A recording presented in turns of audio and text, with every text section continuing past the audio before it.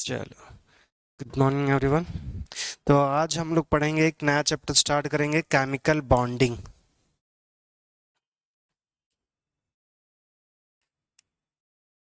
Chemical bonding.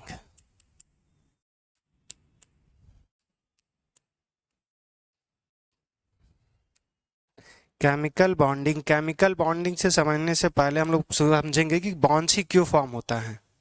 हमारे पास जब भी हमारे पास कोई भी मॉलिक्यूल्स स्टेबल तब होगा, एनर्जी और स्टेबिलिटी में अंतर क्या होता है या रिलेशन क्या है। अगर हम बात करें, एनर्जी है और स्टेबिलिटी, एनर्जी और स्टेबिलिटी हमारे पास, अगर एनर्जी और स्टेबिलिटी की बात करें तो एक दूसरे के इन्वर्सली प्रोपोर्शनल है। तो जितना ज़्यादा जो स्टेबल होगा उतना वो एग्जिस्ट करेगा, अगर जितना एग्जिस्ट करेगा तो उसकी एनर्जी कम होगी।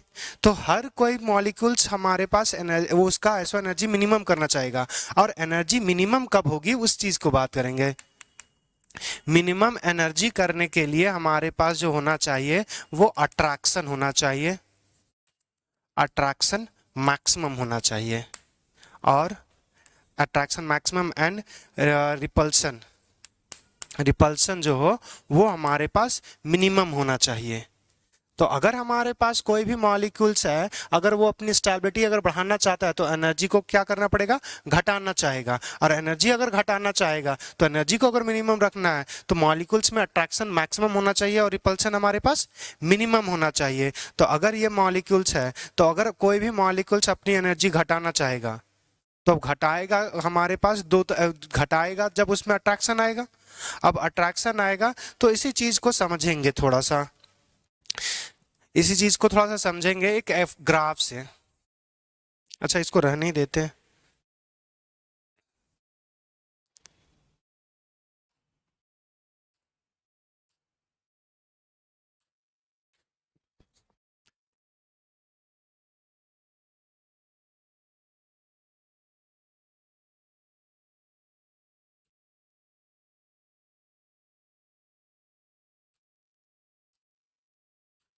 ये जो हमारे पास एक्सिस है वो एनर्जी का है।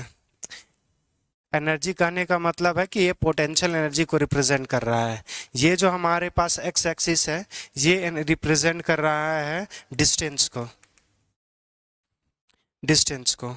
इससे पहले थोड़ा सा, जब ये चीज पढ़ा रहे हैं तो उससे छोटा सा पहले छोटा सा देख लो कि जब एक आइटम दूसरे आइटम को जब अप्रोच करेगा, जैसे एक आइटम हमने कंसिडर किया, यहाँ पे दूसरा आइटम हमने कंसिडर किया, इसको अगर हम ये अगर आ जाए, हाँ ठीक, बहुत बेहतर।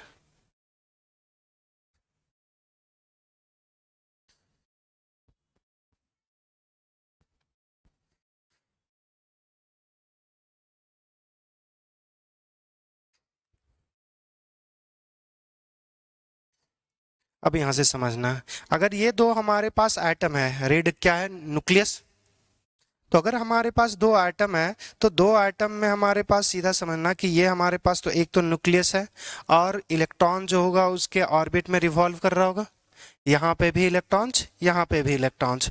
अब यहाँ से बात समझना कि ये जो हमारे पास है, ये इलेक्ट्रॉन इलेक्ट्रॉन्स एक दूसरे पर जब लाइक चार्जेस एक दूसरे को क्या करती हैं, अट्रैक्शन या रिपल्सन, रिपल्सन। और अपोजिट चार्जेस अट्रैक्शंस करेंगे। तो यहाँ पे इलेक्ट्रॉन्स एक नेगेटिवली चार्ज हमारे पास है, इलेक्ट्रॉन्स हमारे पास एक नेगेटिव चार्ज है।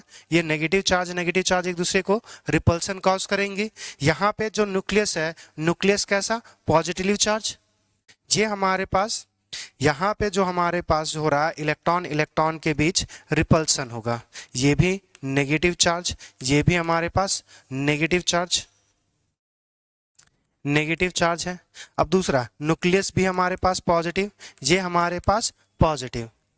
तो अगर दोनों पॉजिटिव पॉजिटिव है तो ये भी हमारे पास क्या कॉज करेगा, रिपल्सन कॉज करेगा। मगर जब हम बात करेंगे, जब हम बात कर रहे हैं इस फर्स्ट एटम का जो न्यूक्लियस होगा वो सेकेंड एटम के इलेक्ट्रॉन्स को क्या करना चाहेगा, अट्रैक्शंस करेगा। और यहाँ पे अगर हम बात करें दूसरा कि ये जो सेकेंड एटम का जो न्यूक्लियस होगा वो दूसरे एटम के न्यूक्लियस को, इलेक्ट्रॉन्स को क्या करेगा, अट्रैक्ट करेगा। तो जब हमारे पास दो एटम्स एक दूसरे से क्लोजर आते हैं, जब एटम्स क्लोज आएंगे तो हमारे पास अट्रैक्शन अट्रैक्शन और रिपल्सन दोनों होता है। अब हमारे पास ये जो केमिकल बॉन्ड्स होगा वो हमारे पास उसी के बीच फॉर्म होगा जो केमिकल्स बॉन्ड फॉर्म करता है। अब केमिकल बॉन्ड्स फॉर्म करने की टेंडेंसी जो होती है वो क्यों होती है? वो सिंपली एक सबसे पहला जो थ्योरी हम पढ़ते हैं कि ऑक्टेट अपना आउटरमोस्ट ऑक्टेट कंप्लीट करना चाहता है। तो यहाँ से हम बोल सकते हैं कि हम केमिकल बॉन्डिंग में कम से कम ये नोबल गैस के बारे में तो नहीं पढ़ेंगे जो ग्रुप 18 में आपने पढ़ा। हमारे पास helium, neon, argon, krypton, xenon, radon, कम से कम इसके बारे में नहीं पढ़ेंगे। मगर हम लोग यहाँ पे देखेंगे कि जो यहाँ पे हम जेनॉन के बारे में थोड़ा सा डिस्कस करेंगे कि जेनॉन केमिकल बॉन्डिंग बनाता है, क्यों बनाएगा, उसके बारे में आगे डिस्कस करेंगे। फिलहाल हमारे पास क्या है कि ये जो हमारे पास है ग्रुप 18 के जो मेंबर्स होंगे वो उनका ऑक्टेट कंप्लीट होता है। ऑक्टेट कंप्लीट होता है तो उनको बॉन्ड बनाने की जरूरत नहीं होगी। ये जो केमिकल बॉन्ड्स है तो वो एक एटम दूसरे एटम के क्लोज आएगा तो उसमें हमारे पास क्या होता है, बॉन्ड्स फॉर्म होता है। बॉन्ड जो होगा वो दो एटम्स के बीच ही होगा। अब जब दो एटम हमारे पास क्लोज आएंगे तो हमारे पास इसका न्यूक्लियस इसके इलेक्ट्रॉन्स को अट्रैक्ट करेगा। सेकेंड वाले का हमारे पास सेकेंड एटम का जो न्यूक्लियस होगा वो फर्स्ट वाले एटम का हमारे पास इलेक्ट्रॉन्स को अट्रैक्ट करेगा। यहाँ पे अट्रैक्शन फोर्स है और इसका फर्स्ट का न्यूक्लियस सेकंड के न्यूक्लियस को रिपेल करेगा। इसका फर्स्ट एटम का इलेक्ट्रॉन सेकंड एटम के इलेक्ट्रॉन्स को रिपेल करेगा। तो हमारे पास जब दो एटम्स क्लोजर आते हैं तो उसमें अट्रैक्शन और रिपल्सन दोनों होगा। अब यहाँ से वापस आते हैं तो अब यहाँ से एक और फार्मूला, अगर तुमने पोटेंशियल एनर्जी बराबर कहीं पे फार्मूला पढ़ा है के Q1 Q2 divided by are, क्या ये पढ़ा? तो ये हमारे पास पोटेंशियल एनर्जी का फॉर्मूला होता है। अब यहां से याद रखना कि के बराबर ले सकते हैं 4 पाई एप्सिलॉन 1/4 पाई एप्सिलॉन होता, सॉरी 1/4 पाई एप्सिलॉन होता है के का वैल्यू। अभी अगर नाम पता हो तो कोई मतलब नहीं है। तो यहाँ पे जो पोटेंशियल एनर्जी होता है के, ये जो Q1 है अगर आर स्क्वायर कर दोगे तो वो तुम्हारे पास कूलम्बिक फोर्स ऑफ अट्रैक्शन हो जाएगा।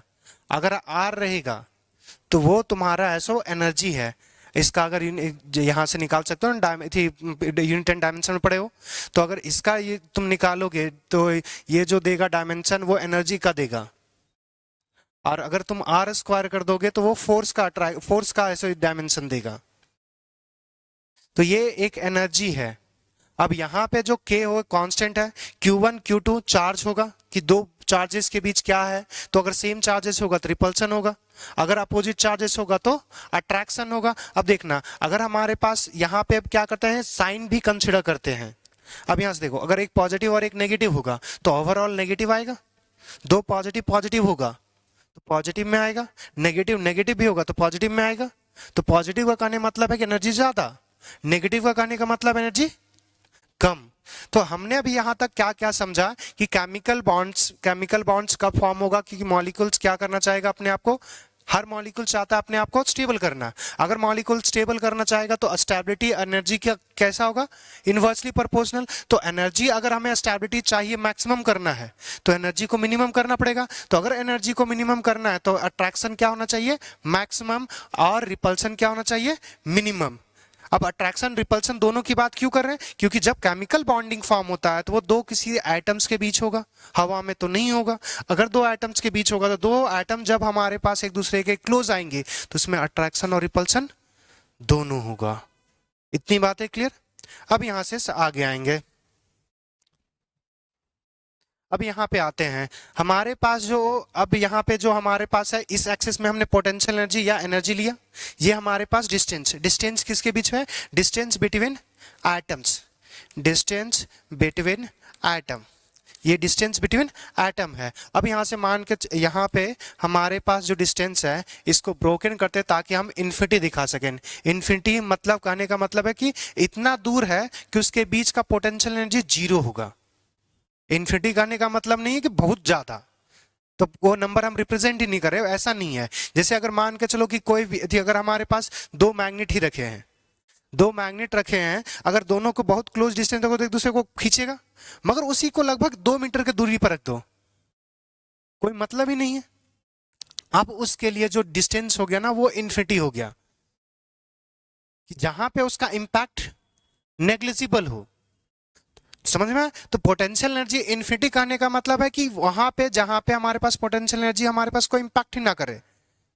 अब वो इन्फिनिटी 1 मीटर पे भी आए, 10 मीटर पे आए, 100 मीटर पे आए, 1 किलोमीटर पे आए, वो डिपेंड करेगा चार्ज कितना है। क्लियर? अब यहां से समझना कि जब हमारे पास पोटेंशियल एनर्जी का हमने फॉर्मूला लिखवाया, पोटेंशियल एनर्जी का फॉर्मूला लिखवाया आपको के Q1 Q2 बाई आर। अगर आर हम रख दें इन्फिनिटी, 1/इन्फिनिटी क्या दे देगा? 0 दे देगा। तो ये जो हमारे पास जो बीच में लाइन खींचे हैं, यहां पे हमारे पास रिप्रेजेंट क्या कर रहा है कि जो पोटेंशियल एनर्जी है वो हमारे पास 0 है। इस एक्सिस पे आपका पोटेंशियल एनर्जी 0 है, और यहाँ पे जो पोटेंशियल एनर्जी है वो कैसा है? पॉजिटिव। और यहाँ पे पोटेंशियल एनर्जी कैसा होगा? नेगेटिव। 0 से नीचे नेगेटिव, 0 से ऊपर पॉजिटिव। अगर हमारे पास ये पोटेंशियल एनर्जी का हमारे पास आ गया, तो अब यहां से समझना कि जब हमारे पास दो एटम्स होंगे, दो एटम्स हमारे पास जब इन्फिनिटी पे होते हैं, यहाँ पे एक एटम है और दूसरा एटम ये कहाँ पे है? इन्फिनिटी पे। तो इन्फिनिटी पे जब होगा तो ये आर का वैल्यू इन्फिनिटी, 1/इन्फिनिटी क्या देगा? 0। तो जब हमारे पास एटम जब रहेगा इन्फिनिटी पे, मतलब बहुत लार्ज डिस्टेंस पे है, तो उनके बीच कोई भी फोर्स ऑफ अट्रैक्शन नहीं होगा, तो इसलिए पोटेंशियल एनर्जी 0 है।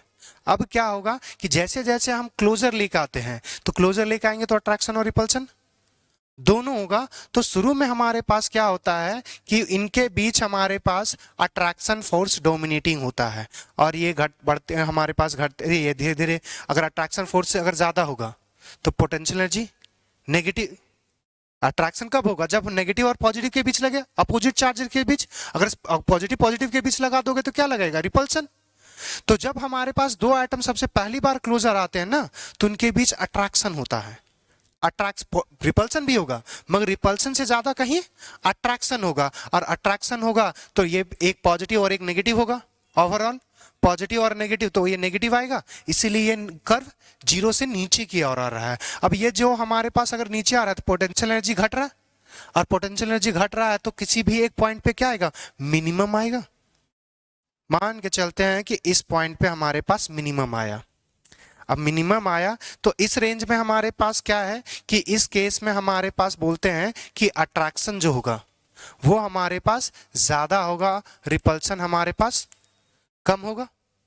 और यहाँ पे बोल देते हैं या अट्रैक्शन मैक्सिमम है या रिपल्सन हमारे पास मिनिमम है, या इस केस में बोलते कभी कभी ये भी लिख सकते हो कि अट्रैक्शन और रिपल्सन इस केस में हमारे पास सेम है। तो इस केस में हमारे पास मान लेते हैं कि सबसे ज्यादा मैक्सिमम अट्रैक्शन होगा, इससे ज्यादा अट्रैक्शन पॉसिबल नहीं होगा। तो एक पार्टिकुलर डिस्टेंस होगा यहाँ पे, जी हम मान सकते हैं कि ये आर मान लेते हैं या R1 मान लेते हैं, क्योंकि फॉर्मूले में भी आर माने हैं तो यहाँ पे चेंज कर देते हैं। ये डिस्टेंस हमारे पास R1 है। कलर चेंज हो जाए तो बेहतर होगा।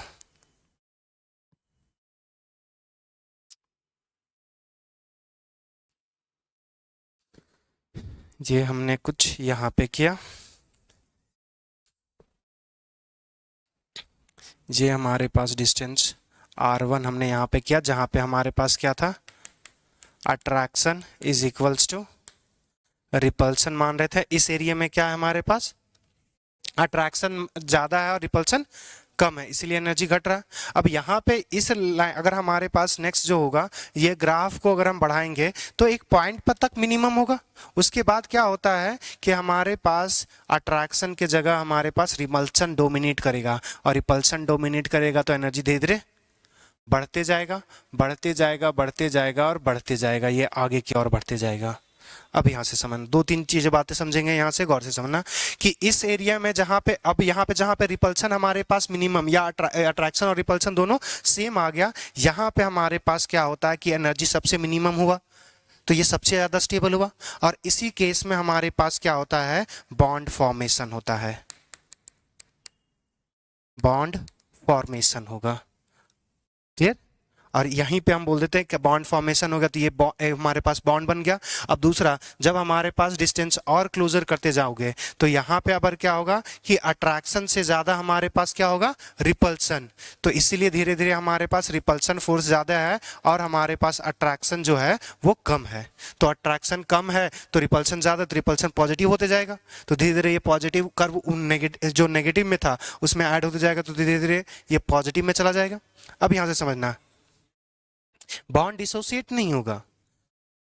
देखो हमारे पास मॉलिक्यूल एनर्जी बढ़ रही है, एनर्जी बढ़ने का मतलब थोड़ी है कि बॉन्ड टूट गया, ये तो डिस्टेंस और कम कर रहे हो। रिपल्सन डोमिनेटिंग हो जाता है, रिपल्सन मैक्सिमम हो रहा है तो बॉन्ड तोड़ नहीं रहे हैं हम ये देख रहे हैं कि अगर हम दो एटम्स को क्लोज लेके आएंगे तो एनर्जी का वेरिएशन कैसे होगा उसकी बात कर रहे हैं। तो जब हमने एटम्स को बहुत दूर से लेके आए, इन्फिनिटी से लेके आए जहां पे इसका कोई भी अट्रैक्शन इस पे नहीं लग रहा था, तो वहां पे लगा रहे थे, तो हमारे पास पहले तो वहां पे पोटेंशियल एनर्जी जीरो रहेगा। अब वहां से धीरे धीरे जब हम क्लोज लेके आएंगे तो अट्रैक्शन ज्यादा होता है, तो अट्रैक्शन तो नेगेटिव हो जाएगा। उसके बाद एक टाइम तक हमारे पास वहां पे तक घटेगा, एक मिनिमम घटेगा, और जहां पे मिनिमम हमारे पास घटेगा तो वहां पे मिनिमम एनर्जी एक्वायर करेगा, और मिनिमम एनर्जी एक्वायर करेगा तो स्टेबिलिटी क्या होगी, मैक्सिमम होगी। तो अगर जहां पे मैक्सिमम स्टेबिलिटी होती है उसी केस में हमारे पास बॉन्ड फॉर्मेशन होता है, कि अगर स्टेबल होगा तो वही तो एग्जिस्ट करना चाहेगा ना।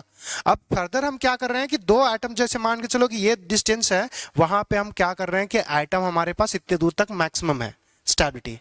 अगर हम फर्दर अगर क्लोज लेके आए तब एनर्जी पे क्या इंपैक्ट पड़ेगा उस चीज की हम बात कर रहे हैं। बॉन्ड नहीं ब्रेक कर रहे हैं हम, और बॉन्ड को क्लोज लेके आ रहे हैं, और बॉन्ड को क्लोज और लेके आ रहे हैं तो एनर्जी पे क्या इंपैक्ट पड़ेगा, बात समझ में आया। अब जैसे अगर मैग्नेट है, नॉर्थ और साउथ पोल है, या सॉरी साउथ साउथ साउथ ही ले लेते हैं, रिपल्सन होगा। जितना ज्यादा क्लोज लेके आओगे उतना ज्यादा रिपल्सन होगा। तो वही सेम चीज है कि वो हमारे पास बॉन्ड पे बॉन्ड ब्रेकिंग, बॉन्ड फॉर्मेशन, यहाँ पे बॉन्ड ब्रेकिंग हो ही नहीं रहा हमारे पास। जहां पे बॉन्ड फॉर्मेशन हो गया उसके बाद फर्दर हम एक दूसरे को क्या लाना चाह रहे हैं, क्लोज लेके आना चाह रहे हैं। अगर क्लोज लेके आना है तो उसका एनर्जी पे क्या इंपैक्ट होगा। तो एटम एक डिफिनिट डिस्टेंस पे यहाँ पे आ गया, अब फर्दर क्लोज लेके आ रहे हैं तो क्या हो रहा है, अट्रैक्शन अब हमारे पास नहीं हो रहा, अब रिपल्सन डोमिनेट हो रहा है, और रिपल्सन डोमिनेट हो रहा है तो हमारे पास क्या हो जाएगा, एनर्जी बढ़ेगी, पॉजिटिव हो जाएगा। अब यहां से समझना, क्या ये जो लाइन हम खींच रहे हैं, ये अगर लाइन क्या हमारे पास इस एक्सिस को कट कर सकता है, वाई एक्सिस को, क्यों नहीं कट, अगर नहीं कट करेगा तो क्यों नहीं कट करेगा, कटेगा मतलब कट कट देखो, वो दो बात मत बोलो कि कटे जाएगा नहीं कट जाएगा, मतलब ये कट करके ये हमारे पास इधर आएगा कि नहीं आएगा, ये हम बस पूछना चाह रहे हैं। नहीं होगा वो तो हमें भी पता, तुम भी लगा रहे हो, ठीक लगा, हम रीजन पूछ रहे हैं। दोनों का डिस्टेंस जीरो हो सकता है, एक दूसरे पर समा तो सकता है, एक दूसरे को ओवरलैप कर ले तो डिस्टेंस क्या हो जाएगा, जीरो। मगर क्या नेगेटिव हो सकता है, यही तो ये छिपा हुआ है, क्या डिस्टेंस नेगेटिव हो सकता है, नहीं हो सकता, तो फिर कट काहे करेगा, वो टच कर सकता है कट नहीं करेगा। बात समझ में आया कि यहां पे जब डिस्टेंस, देखो ये आइटम है, कुछ डिस्टेंस होगा, यहां पे मान के चलते ओवरलैप कर गया, जीरो हो जाएगा, ये फिर इधर बढ़ाओगे तो डिस्टेंस तो बढ़ ही जाएगा ना, डिस्टेंस नेगेटिव आएगा ही नहीं। बात समझ में आया, तो वो डिस्टेंस फिर पॉजिटिव हो जाएगा, पॉजिटिव हो जाएगा तो फिर तो दूर नहीं लेके जा रहे हो दूसरे एटम को, और दूर लेके जा रहे हो तो फिर हमारे पास मैक्सिमम जो होगा, या इसी लाइन को बोल देते हैं कि ये जो लाइंस आएगा ना, ये धीरे धीरे पैरेलल टू हमारे पास एक्स एक्सिस होगा, तो पैरेलल अगर हो जाएगा तो ये कभी कट ही नहीं करेगा। अब यहां से इसी चीज को थोड़ा सा फनी वे में समझना, एक लड़का था एक लड़की थी, दोनों अलग अलग टाउन से, दोनों को एक दूसरे के बारे में कुछ नहीं पता, दोनों पहली बार मिले, फोर्स ऑफ अट्रैक्शन, लड़ने का कोई रीजन नहीं था, अट्रैक्शन बढ़ते गया बढ़ते गया बढ़ते गया बढ़ते गया, रिलेशनशिप में आए, एनर्जी मिनिमम कब हो गई, जब दोनों का बॉन्ड फॉर्मेशन मतलब मैरिज हो चुका। अब मान के चलो अगर वो और ज्यादा आएंगे तो और एक दूसरे को खामियां नजर आज ही नहीं लगेगी। यहाँ पे अट्रैक्शन फोर्स था तो हर कुछ भी हो रहा था भाई, उसको सब कुछ अच्छा लग रहा था, यहाँ पे भी बुराइयां होगी ना, यहाँ पे भी अच्छा है, मगर अब पहली बार क्या है कि फर्स्ट फेज में हमारे पास अट्रैक्शन फोर्सेस ज्यादा हैं, रिपल्सन वाले कम है। मगर जब हमारे पास सबसे कम एनर्जी हो गया, जिस समय मैरिज हो गया, तो वो सबसे ज्यादा मैक्सिमम इंट्रैक्शन। अब उससे तो ज्यादा हो नहीं सकता भाई, उससे ज्यादा क्या होगा। तो अब यहाँ से जब हमारे पास मैरिज हो गया, अब उसके बाद फर्दर क्लोज लेके आना चाहोगे, तो एक दूसरे में खामियां नजर आने लगी कि मेरा पर्सनल स्पेस खा रहे हो। अब यहां से क्या होना चाहेगा, रिपल्सन स्टार्ट होगा, लड़ाइयां स्टार्ट होगी। बॉन्ड टूट नहीं रहा है, अनस्टेबिलिटी हो रही है। बात समझ में? शादी अभी भी है, मगर वो अब क्या हो रहा है, अनस्टेबल हो रहा है। तो हम यहाँ बॉन्ड तोड़ नहीं रहे, दो लोगों को क्लोज लेके आएंगे तो ये थोड़ी है कि वो डिवोर्स कर रहे हैं। वही सेम चीज यहाँ पे भी एप्लीकेबल है, वो उनमें लड़ाइयां ज्यादा होने लगेगी। बॉन्ड तोड़ना मतलब वो बॉन्ड तोड़ के एक दूसरे से सेपरेट कर दोगे, डिस्टेंस उस केस में बढ़ेगा ना, तुम तो डिस्टेंस घटा रहे हो। और जब जा एक मैक्सिमम टाइम तक वो एक दूसरे से प्यार कर सकते हैं, उसके बाद तो नहीं करेंगे ना, उसके बाद में फिर लड़ाइयां होगी। वही सेम चीज यहाँ पे भी एप्लीकेबल है। क्या ये बात समझ में आया? तो अब जब हमारे पास मॉलिक्यूल्स, पहला तो ये एक बात फिर समझना कि हमारे पास मॉलिक्यूल्स बॉन्ड ही क्यों बनाते हैं, स्टेबल होने के लिए। और स्टेबल क्यों नहीं है, क्योंकि उनके पास जो एक मैजिकल नंबर है, जो ऑक्टेट बोलते हैं, कि बाहर वाले में 8 इलेक्ट्रॉन्स होने चाहिए, वो है ही नहीं। और हमारे पास यही जो हमने बात किया था कि हमारे पास जो ग्रुप 18 के जो नंबर्स है, एटम्स एलिमेंट्स हैं, इनके पास एक मैजिकल नंबर है कि बाहर वाले ऑर्बिटल्स में इसके पास 8 इलेक्ट्रॉन्स है। तो इसका ऑक्टेट कंप्लीट है, बाकी का ऑक्टेट कंप्लीट नहीं है, और इसी वजह से वो क्या है, अनस्टेबल। तो दुनिया में हर कोई चाहता क्या है, स्टेबल होना। तो स्टेबल होने के लिए ऑक्टेट चाहिए। अब ऑक्टेट चाहिए तो या तो लॉस करेगा या तो गेन करेगा। और लॉस और गेन करेगा तो अगर हम लॉस करना चाहेंगे, अगर हम मान के चलो पैसा खर्च करना चाहें, तो पैसा खर्च करने के लिए प्लेटफॉर्म भी होना चाहिए। अगर मेरे पास बहुत पैसा है और कोई प्लेटफॉर्म ही नहीं खर्च करने के लिए है, फिर हम खर्च ही कहां पर कर पाएंगे। तो उसके लिए हमारे पास प्लेटफॉर्म तो होना चाहिए। अगर प्लेटफॉर्म है और खर्च करने वाले ही लोग नहीं है, तभी प्रॉब्लम है। तो अगर हमारे पास बॉन्ड बनाना है, तो हमसे एक से ज्यादा आइटम होने चाहिए। ये बात समझ में आया? एक से ज्यादा आइटम होगा तो कोई लॉस करेगा, कोई गेन करेगा। और हमारे पास जब बॉन्ड फॉर्म करेगा, तो जब बॉन्ड फॉर्मेशन होगा, तो उसमें हम बात करेंगे कि हमारे पास कितने टाइप्स के बॉन्ड फॉर्म हो सकते हैं। क्लियर? तो हमारे पास मॉलिक्यूल्स क्यों बॉन्ड फॉर्म करना चाहेगा, स्टेबल होने के लिए। अस्टेबल होने का दो ही रीजन हो सकता है, कि ऑक्टेट कंप्लीट करे, एक ही चीज। और ऑक्टेट कंप्लीट करने के लिए एक से ज्यादा आइटम चाहिए, और एक से ज्यादा आइटम चाहिए तो एक आइटम से दूसरे बीच, दो आइटम के बीच जो हमारे पास अट्रैक्शन होता है, जो एक दूसरे को क्लोज लाता है, उसी को क्या बोलते हैं, केमिकल बॉन्डिंग। बात समझ में आया कि क्या होता है केमिकल बॉन्डिंग? तो यहां से देखना,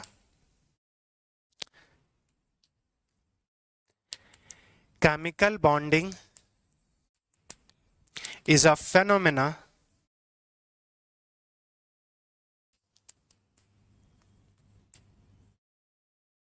in which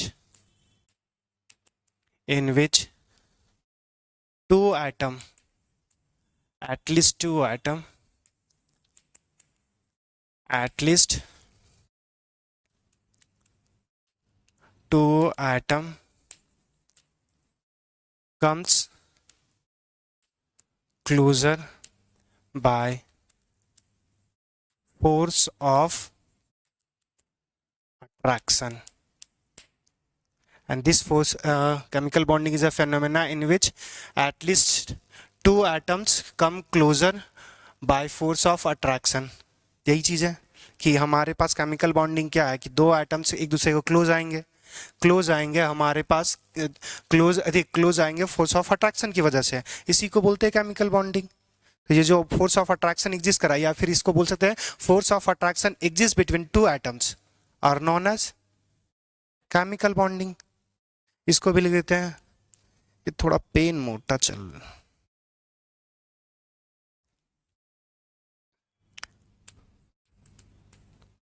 फोर्स ऑफ attraction between two atom which bonded to between या अमंग्स एटम लिख देते हैं, बिटवीन मतलब बिटवीन दो के लिए यूज करते हैं, अमंग दो या दो से ज्यादा के लिए। तो force of attraction among atoms which bonded to each other are known as chemical bond। Clear? अब ये जो हमारे पास केमिकल बॉन्ड है उसमें समझ लिया कि केमिकल बॉन्ड्स हमारे पास, why chemical bonds of bonds because molecules wants to minimise to its energy और कंप्लीट इट्स ऑक्टेट। दो ही चीज है, ऑक्टेट रूल हमेशा नहीं लगेगा, मगर अट्रैक्शन वाला तो हमेशा लगेगा ना, कि मॉलिक्यूल अगर अट्रैक्शन मैक्सिमम होगा तो उसके केस में एनर्जी मिनिमम हो जाएगा। तो अट्रैक्शन हो रहा है इसलिए तो आइटम एक दूसरे के क्लोज आ रहे हैं। अब वो ऑक्टेट रूल फॉलो कर रहे हैं नहीं फॉलो कर रहे हैं, पहला तो फेनोमेना था कि ऑक्टेट रूल ही फॉलो करते हैं, मगर बहुत सारे ऐसे आइटम भी होते हैं कि उसमें ऑक्टेट रूल फॉलो नहीं होता और वो बॉन्ड तब भी बना रहा है, मतलब फोर्स ऑफ अट्रैक्शन ज्यादा है।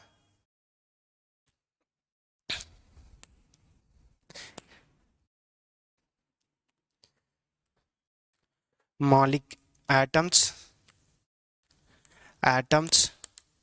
form chemical bond due to पहला रीजन क्या हो जाएगा, टू गेट स्टेबल, और दूसरा क्या हो सकता है, टू कंप्लीट ऑक्टेट।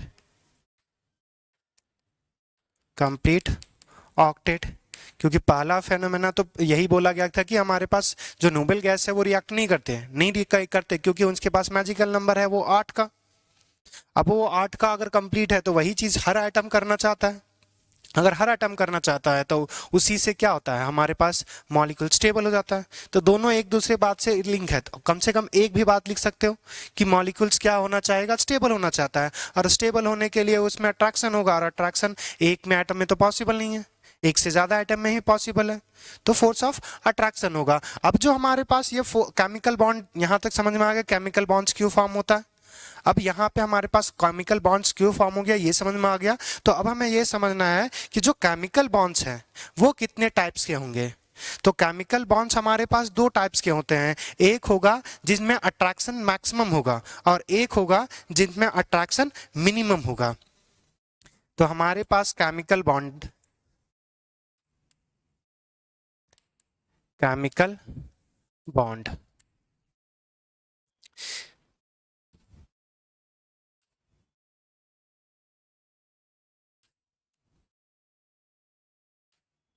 ये हमारे पास दो टाइप्स के होते हैं। हमारे पास जो एक एटम दूसरे एटम को क्लोज लाएगा तो उसमें हमारे पास दो टाइप्स के, हमारे पास क्या बोलेगा, दो टाइप्स का हमारे पास इंट्रैक्शन होगा, एक स्ट्रॉन्ग इंट्रैक्शन होगा और एक वीक इंट्रैक्शन। तो जब हमारे पास स्ट्रॉन्ग इंट्रैक्शन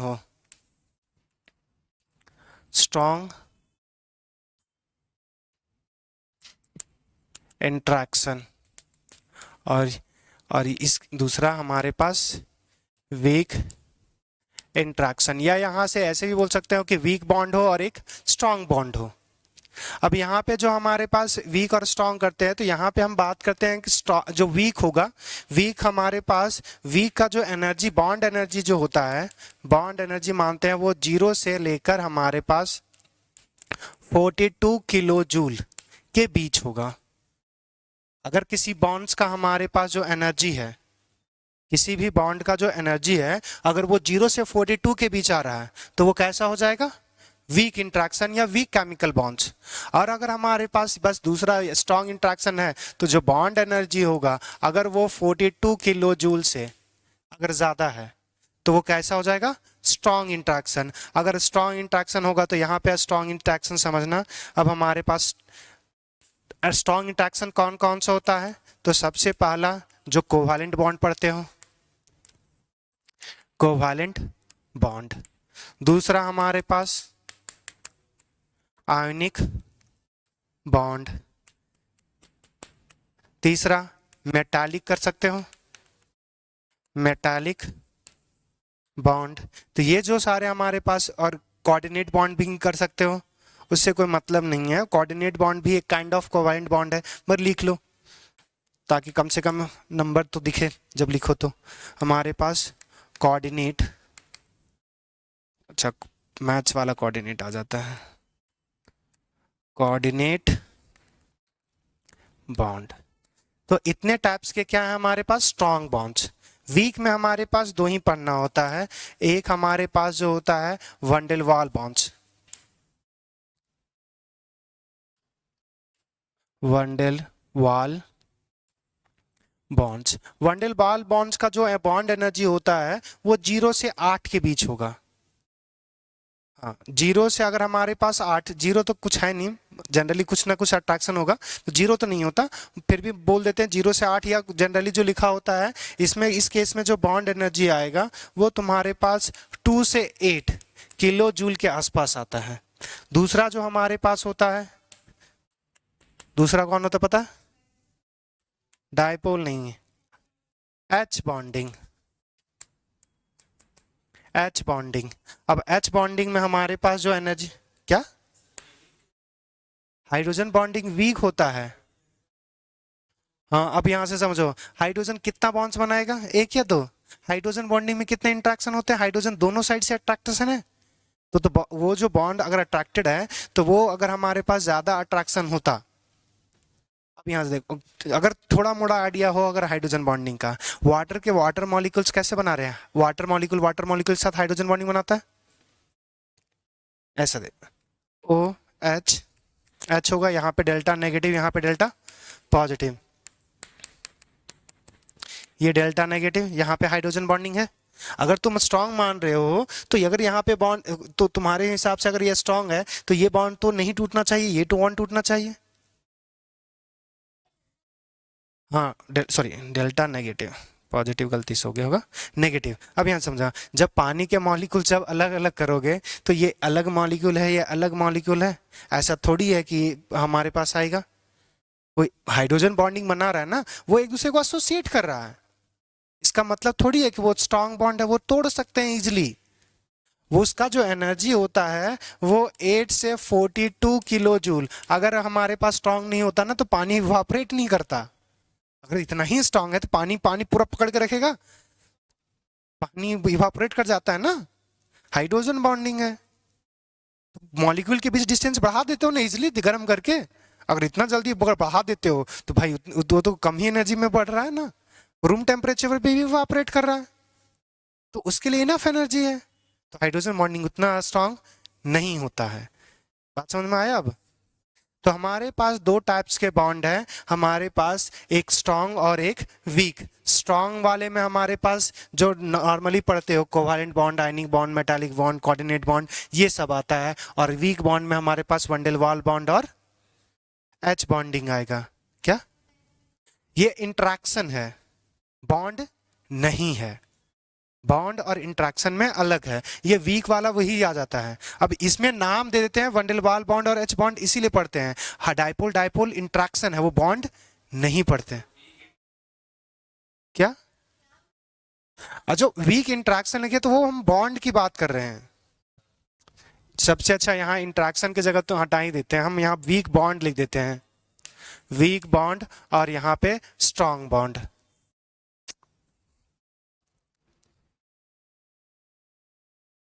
स्ट्रॉन्ग बॉन्ड, यहाँ पे क्या लिख रहे थे, बॉन्ड एनर्जी जो होगा वो 42 किलो जूल से ज्यादा होगा।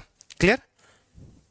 तो हम यहाँ पे इंट्रैक्शंस की बात नहीं कर रहे, वो एटम एटम जब क्लोज आएगा तब हम बात कर रहे थे। वहां पे जब भी कोई एक एटम दूसरे एटम के क्लोज, पहले वो मॉलिक्यूल्स के बीच में, जो तुम लोग डाइपोल डाइपोल बोल रहे हो, वो दो मॉलिक्यूल्स के बीच होता है। यहाँ पे एटम्स के बीच भी एग्जिस्ट करेगा। देखो, जो आर्गन है, नियॉन है, वो उनके बीच हमारे पास वो भी एक दूसरे से अट्रैक्शन होता है, और उसको में वो लगता है वंडेलवाल बॉन्डिंग। समझ में आया? इसके बाद आगे करेंगे जब हम लोग टाइप ऑफ इंट्रैक्शन पढ़ेंगे और उनमें एनर्जी का रिलेशन भी पढ़ेंगे और आर का वेरिएशन, तो इस चीज को पढ़ेंगे। फिलहाल अभी हमारे पास केमिकल बॉन्ड दो तरीके, एक वीक बॉन्ड और एक स्ट्रांग बॉन्ड। वीक बॉन्ड में हमारे पास वंडल वॉल बॉन्ड और एच बॉन्डिंग, दूसरा स्ट्रांग में हमारे पास ये कोवैलेंट आयनिंग मेटालिक और कोऑर्डिनेट। और जिसमें हम केमिकल बॉन्डिंग में हम लोग जो डिस्कस करने वाले हैं वो इस कोवैलेंट बॉन्ड को डिस्कस करेंगे। पीरियोडिक प्रॉपर्टीज में आपने पढ़ लिया होगा। अब एक्चुअली में यहीं से तुम्हारे पास हर का डिफिनेशन आता है, जो एटम का रेडियाई डिफाइन करते हो। अगर कोवैलेंट बॉन्ड है तो कोवैलेंट रेडियाई पढ़ते हो, अगर आयनिक बॉन्ड है तो आयनिक रेडियाई पढ़ते हो, मेटालिक बॉन्ड है तो मेटालिक रेडियाई पढ़ते हो, और यहाँ पे देखो वंडल वाल बॉन्ड पढ़ते हो तो वंडल वाल रेडियाई पढ़ते हो। अच्छा, ये एटम का रेडियाई निकाल नहीं सकते हैं, मगर बॉन्ड में रेडियाई निकाल लेते हैं। इसका बात समझना, अभी यहाँ पे हो तो क्लियर कर देते हैं इसी चीज को, गौर से समझना। एक एटम है, यहाँ पे हमारे पास दूसरा एटम होगा, चलो ये दूसरा एटम है। अब ये दोनों अगर बॉन्डेड है तो कुछ डिस्टेंस पे होगा, और यही मान लेते हैं कि यही इनके बीच डिस्टेंस है, यही डिस्टेंस है इंटरन्यूक्लियर डिस्टेंस।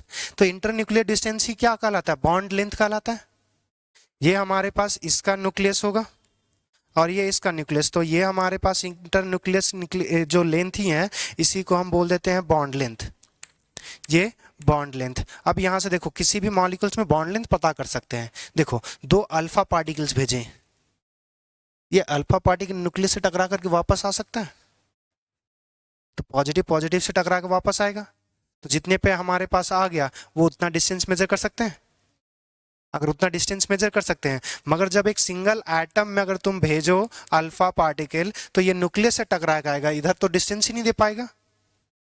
बात समझ में आ रहा है? ये चीजें अल्फा पार्टिकल भेजे तो बाउंड्री से दोनों रीडिंग आना चाहिए ना।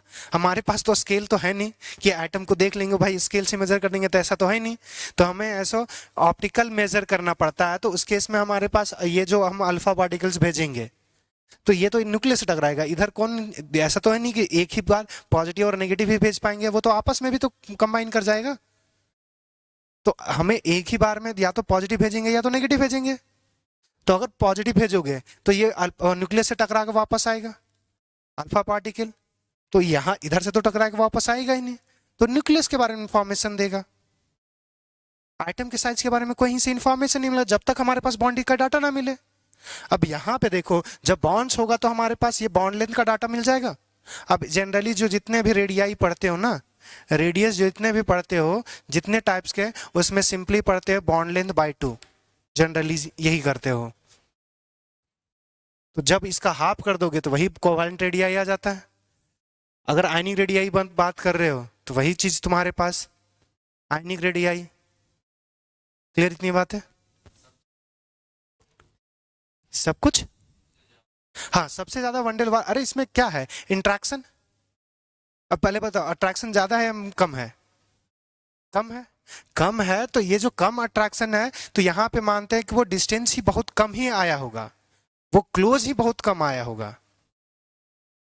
अगर क्लोज ही कम आया होगा तो बॉन्ड लेंथ, बॉन्ड लेंथ अगर ज्यादा तो रेडियस उसका। क्या इतनी बातें क्लियर?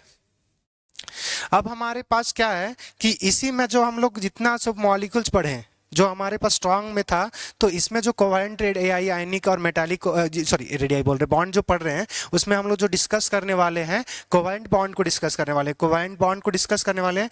तो केमिकल बॉन्डिंग में पढ़ने वाले क्या है कि जो हमारे पास कोवैलेंट बॉन्ड जो बना, उसको एक्सप्लेन करने के लिए अलग अलग थ्योरी आया। जैसे एटॉमिक स्ट्रक्चर से आप पढ़ते हो, तो उसमें अलग अलग थ्योरी आया एटम्स के बारे में कि एटम ऐसा होगा, एटम वैसा होगा। उसी तरह हमारे पास ये जो बॉन्ड्स होता है ना, तो उसमें जो कोवैलेंट बॉन्ड के बारे में जो स्पेशली डिस्कस करेंगे कि ये कोवैलेंट बॉन्ड हमारे पास कैसे बना, क्यों बना, किस तरह से बनेगा। तो उसी के लिए हमारे पास अलग अलग थ्योरी आई, और उस अलग अलग थ्योरी में हम डिस्कस, हमारे पास ये अलग अलग थ्योरी में हम लोग वही डिस्कस करते हैं कि बॉन्ड्स क्यों बनता है, या फिर जो बॉन्ड बना है उसके हम प्रॉपर्टी है सो कैसे एक्सप्लेन करें। तो इसीलिए हमारे पास अलग अलग थ्योरियां आई। अब हमारे पास जो बॉन्ड, जो थ्योरी पढ़ना है, theory to explain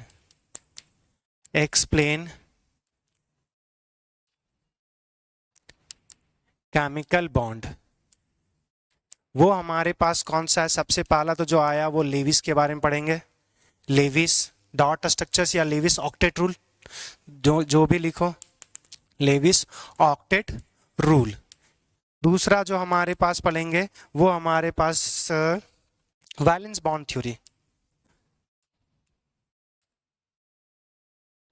valence bond theory, इसी को बोल देते हो वीबीटी।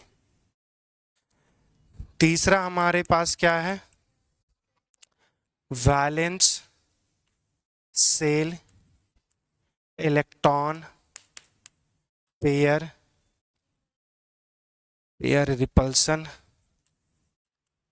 रिपल्सन थ्योरी, इसी को बोलते हो whisper theory, valence and electron pair repulsion theory. और जो चौथा आएगा वो मॉलिक्यूलर ऑर्बिटल थ्योरी। अच्छा, केमिकल बॉन्ड्स पढ़ने के लिए दो तीन चीजें आनी चाहिए आपको पहला इलेक्ट्रॉनिक कॉन्फ़िगरेशन लिखना आना चाहिए, ये तो मस्ट है कि आपको इलेक्ट्रॉनिक कॉन्फ़िगरेशन लिखना आना चाहिए, वो सबसे मस्ट है। अगर नहीं आता तो ट्राई कर लीजिए, वो इम्पॉर्टेंट है क्योंकि हर जगह वो हम अप्लाई करेंगे। तो इलेक्ट्रॉनिक कॉन्फ़िगरेशन हर किसी में अप्लीकेबल होता है। अच्छा, ये कहीं कहीं पे लिखा था कि जो ये केमिकल बॉन्ड्स को थ्योरी को एक्सप्लेन करने के लिए है, एक हमारे पास जो होगा वो ओल्ड सिस्टम है और एक न्यू सिस्टम है। तो कहीं कहीं पे ऑक्टेट रूल को सिर्फ ओल्ड सिस्टम में रखा जाता है और कहीं कहीं पे ये फर्स्ट 3 रखा रहेगा ओल्ड और सबसे लास्ट वाला मॉडर्न, क्योंकि ये जो हमारे पास होता है वो वेव मैकेनिक्स यूज होता है या क्वांटम मॉडल्स यूज होता है। तो इस केस में जो हमारे पास सबसे करेक्ट थ्योरी है जो सारे चीज़ों को लगभग एक्सप्लेन कर देता है, वही है हमारे पास मॉलिक्यूलर ऑर्बिटल थ्योरी। तो इसके बारे में सब एक एक करके हम लोग डिस्कस करेंगे कि हमारे पास कौन सी थ्योरी क्या बोलता है। और इसी के बारे में सबसे पहले हम लोग पढ़ेंगे लेविस, फिर हमारे पास वैलेंस बॉन्ड थ्योरी, उसके बाद valence shell electron pair repulsion valence थे हमारे पास वैलेंस बॉन्ड थ्योरी, उसके बाद विस्पर्स थ्योरी और लास्ट में एमओटी। तो इतने चीज़ों को डिस्कस करेंगे ओवरऑल चैप्टर में।